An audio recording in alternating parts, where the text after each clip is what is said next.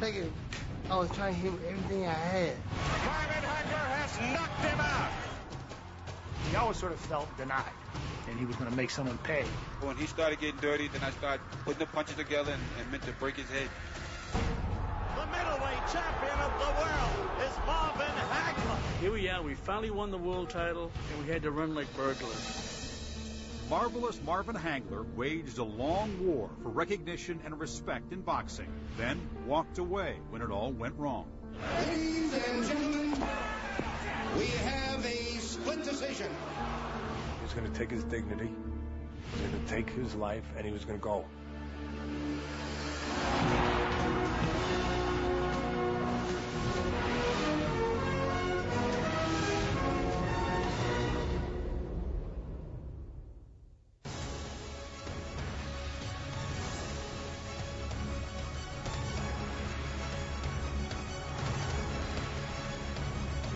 He used to intimidate his opponent. They used to be afraid to just be going into the ring with him. You got the muscles, the veins, the power. That's what he looked like. Power. He's more of a pounding. Just think of a piston just constantly pounding. It's like a thud. It's like boom.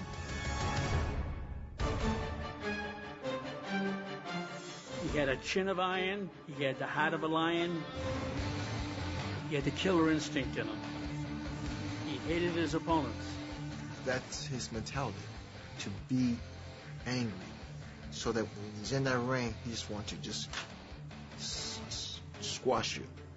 I never believed anyone could ever do what happened to me tonight. I got a couple of cuts, a black eye. I've never had those marks before in my life. There was no wrapping on this package. You got what was there. War, destruct and destroy, everything about him focused. And this bullet head made the whole Marvin Hagler look like exactly what he should have been, an executioner. Lee sags against the ropes. He's out of it. Marvin Hagler has knocked him out. Marvelous Marvin Hagler ruled the middleweight division with an iron fist from 1980 to 1986. Behind a cultivated aura of intimidation, he was the real thing, gifted with speed, imagination, and versatility. He fought mostly southpaw, but he would switch, and he was equally as good both ways. The punch that you don't see, that's the punch that hurts you and knocks you out. And a lot of those punches from Hagler, you don't see them coming. They come from a different angle. Somebody examined his skull once and pointed out that the muscle above the temples was almost like he had a football helmet inside, under the skin. So you couldn't hurt Marvin. Impregnable though he was in the ring, Hagler was afflicted by one of the deepest of human hurts, alienation. I think he always painted himself as the guy on the outside, and in a lot of ways the public thought he was. And I think it drove him. He can't whoop Marvelous Marvin Hagler. That's it. Nobody can whoop me. I'm the best. They won't give me the credit, not even you. I don't think the public understood how insecure this guy really was. I think the best clue of that is the fact that he had his name legally changed to Marvelous, because he felt like people never gave him his due. Marvin, it's not always been marvelous. You'd be forced to say it. You'd be forced to write it. But I think it also speaks to the issue of a sort of inner voice that was diminished, and a sort of lack of self-esteem, that, and a real feeling that he wasn't getting what he deserved. Marvin Hagler's attitude that the boxing establishment was always against him, they wanted to win, it was mostly paranoid. People loved him. Fans adored him. They admired him. Marvin was so insecure about that. For some reason, he was like a horse with blinders on. He didn't see that. But it was out there. It was always out there. He just never let it in. A lot of Marvin's rage was born in the fact that he was disrespected his whole career. That served to motivate him.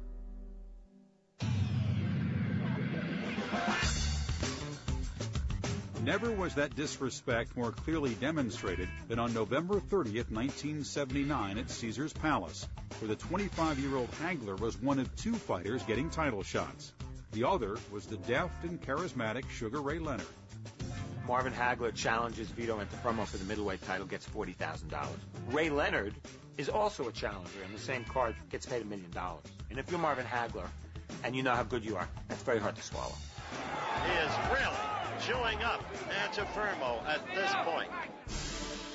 Dominant through most of the early and middle rounds, Hagler, a 4-1 favorite, was believed by his corner to be well ahead when he dropped into a defensive mode as the champion rallied late in the 15-rounder. Mills Lane, who was the referee in that fight, stood there in the center of the ring, and he said to Marvin Hagler, "Congratulations. Now when they make the announcement, you face this way, and I'll raise your arm." The decision is a draw. It's a draw. Antuofermo is still. Vito retains the title. Hagler absolutely disgusted. When the decision was announced, it upset me so much that I went back behind the stands and threw up in a garbage can because we just didn't do right that night. He never forgot that night that he won the title and didn't get it. To him, it was a confirmation of all the things that had happened to him all his life. He was never going to get a fair shake. Not in boxing, not anywhere. You can't leave it up to the referee, and you can't leave it up to the judges. There's only one way to do it, is to do it my way.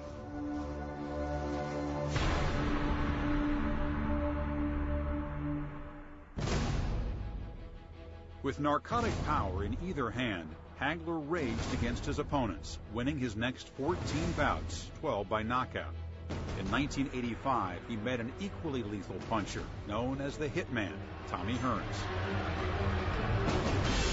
This man is coming. This man is coming at me, trying to do damage to me.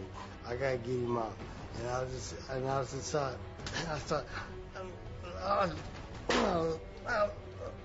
thinking, I was trying to hit him everything I had.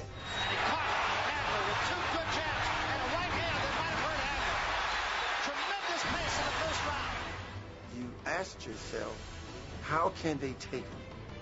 Because they're throwing bombs. I mean, each punch, it's like it's loaded with dynamite. When I hit Hagler with them punches, I felt the impact to go up my arm into my shoulder. So I knew I hit him hard, and he still was standing. He was just still coming.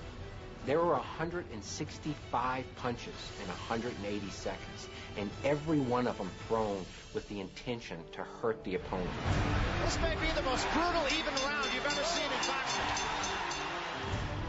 Marvin Hagler had a cut above his eye, and then you had this Hearns, like this stunned look, like he didn't know what had hit him. That was the wildest first round in the history of mankind, caveman days or otherwise.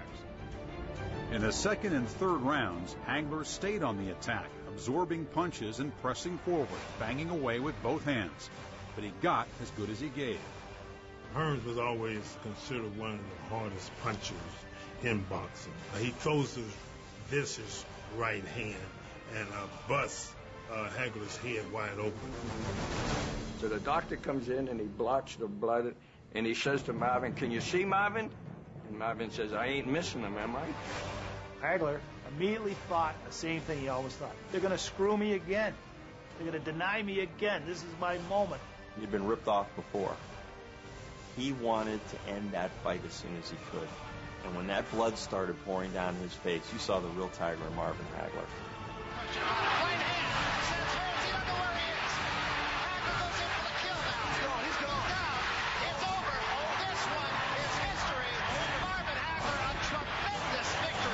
Tommy is very cocky, and I had something for him.